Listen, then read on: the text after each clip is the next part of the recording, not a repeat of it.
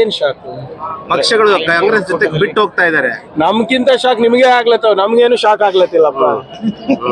ನಮ್ಗೇನಾದ್ರು shock ಆಗ್ತಾ ಇದೆ ಅಂತ ಅನಿಸ್ತಾ ಇದೆಯಾ? ಬರೀ ಮಾಧ್ಯಮದಲ್ಲಿ ಶಾಕು, ಮಾಧ್ಯಮದಲ್ಲಿ ಬ್ರೇಕಿಂಗ್ ನ್ಯೂಸ್, ಚಾರ್ ಆನೆಗೆ ಮುರ್ಗಿ 12 ಆನೆಕ ಮಸಾಲ ನೀವೇ ಯಾಕೆ ಹೊಡಿತಾ ಇರೋದು ಹೊರತು ನಮ್ಗೇನು ಇಲ್ಲ. ಬಿಜೆಪಿ ಕ್ಯಾಂಡಿಡೇಟ್ಸ್ ಇಲ್ಲ, ಯಾಕಷ್ಟು ಆತಂಕ ಪಡ್ತಾ ಇದಾರೆ ಬಿಜೆಪಿ? ಈಗ ಬಿಜೆಪಿ ಅವರು ಮೋದಿ ಅವ್ರ ಹೆಸರಲ್ಲಿ ಚುನಾವಣೆಗೆ ಹೋಗ್ತಾರ, JDS ಏನಕ್ಕೆ ಬೇಕು ಅವರಿಗೆ?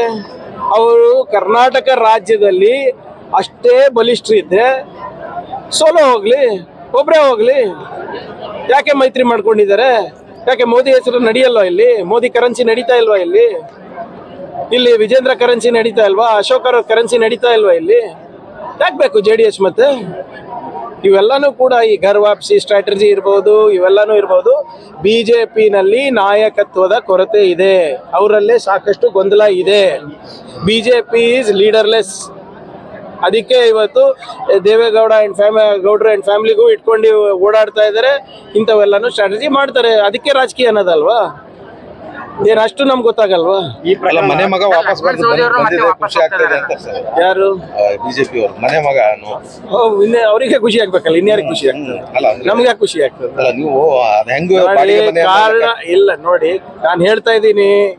ನೀವೇನ್ ಹೇಳ್ಬೇಕಂತ ಹೇಳಿ ಸ್ಕ್ರಿಪ್ಟ್ ಕೊಟ್ಬಿಡ್ರಿ ನನ್ಗೆ, ಅದೇ ಹೇಳ್ಬಿಡ್ತೀನಿ. ನಾ ಹೇಳ್ತಾ ಇದ್ದೀನಿ, ಅವ್ರು ಕೊಡ್ಲಿ, ಕಾರಣಗಳು ಕೊಡ್ಲಿ, ಅದ್ರ ಮೇಲೆ ನಾನು ಪ್ರತಿಕ್ರಿಯೆ ಕೊಡ್ತೀನಿ ಅಂತ. ಒಟ್ಟು ನನ್ನ ಮಾತು ಕೇಳಕ್ಕೆ ರೆಡಿ ಇಲ್ಲ. ಕಾಂಗ್ರೆಸ್ಗೂ ಒಂದ್ ರೀತಿ ಪಾಠನ ಅಂತ, ಯಾರನ್ನ ಸೇರಿಸ್ಕೋಬೇಕು, ಯಾರನ್ನ ಸೇರಿಸಬಾರ್ದು ಅಂತ. ನೋಡಿ, ರಾಜಕೀಯದಲ್ಲಿ ಯಾವಾಗ ನೀವು ಕಲಿಯೋದು ನಿಲ್ಲಿಸ್ತೀರಾ, ಅದು ನಿಮ್ ಕೊನೆದು ಪಾಠನೇ ಎಲ್ಲ. ಈಗ ಇನ್ನೂ ನಾನು ಈಗ ಕಲಿತಾ ಇದ್ದೀನಿ. ಖರ್ಗೆ ಸಾಹೇಬ್ರು ಇವತ್ತು 50 ವರ್ಷ ಸುದೀರ್ಘ ರಾಜಕೀಯ ಮಾಡಿದ್ದಾರೆ, ಎಲೆಕ್ಟೆಡ್ ರೆಪ್ರೆಸೆಂಟೇಟಿವ್ ಆಗಿ. ಅವರು ಡೆಲ್ಲಿಗೆ ಹೋಗಿ ಇನ್ನ ಕಲಿತಾ ಇದ್ದಾರೆ.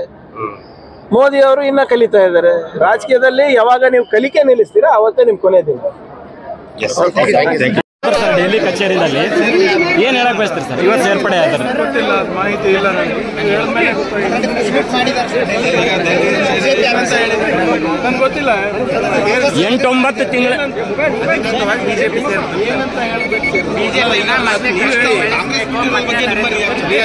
ನೋಡಿ, ನನಗೆ ಯಾವ ಸನ್ನಿವೇಶದಲ್ಲಿ ಸೇರಿದರೆ ನನಗೆ ಗೊತ್ತಿಲ್ಲ. ನೀವು ಹೇಳಿದ್ಮೇಲೆ ಗೊತ್ತಾಗಿಲ್ಲ.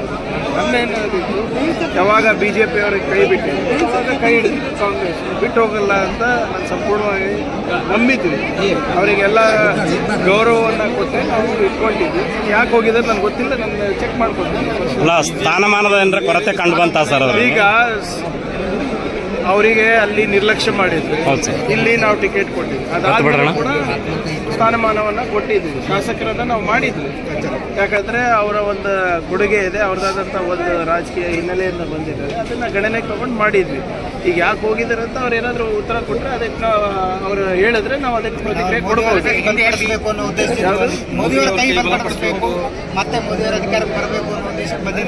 ಪರಿಶ್ರಮ ಮಾಡಿ ಹೇಳ್ತೀವಿ. ಅದು ಈಗ 6 ತಿಂಗಳಿಂದ ಏನಾಗಿತ್ತು? ಮತ್ತೆ 6 ತಿಂಗಳಿಂದ ಏನಾಗಿತ್ತು? ಅದಕ್ಕೆ ಏನಿದೆ ನೋಡೋಣ, ಅವ್ರು ಫಸ್ಟ್ ಉತ್ತರ ಕೊಡ್ಲಿ.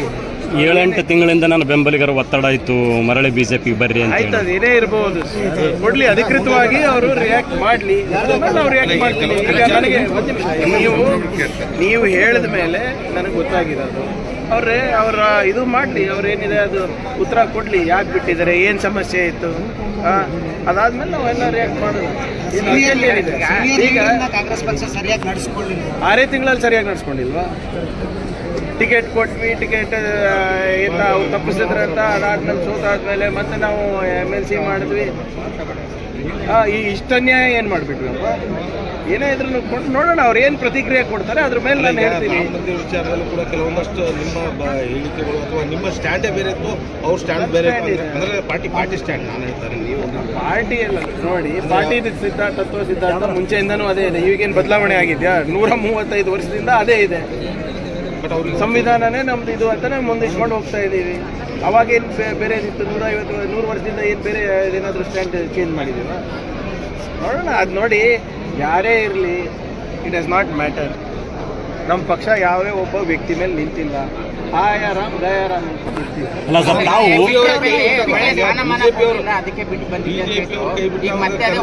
ನಾನು ಹೇಳ್ತಾ ಇದ್ದೀನಿ. ಬಹಳ ಸ್ಪಷ್ಟವಾಗಿ ಮತ್ತೊಮ್ಮೆ ತಮ್ಗೆ ಹೇಳ್ತಾ ಇದ್ದೀನಿ.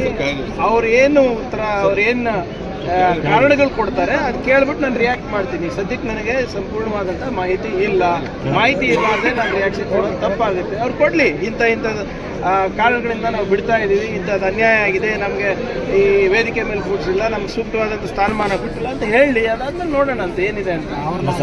ಹಾವೇರಿ ಅಥವಾ ಬೆಳಗಾವಿಯಿಂದ ಕ್ಯಾಂಡಿಡೇಟ್ ಮಾಡಬೇಕು ಅಂತ ಬಿಜೆಪಿ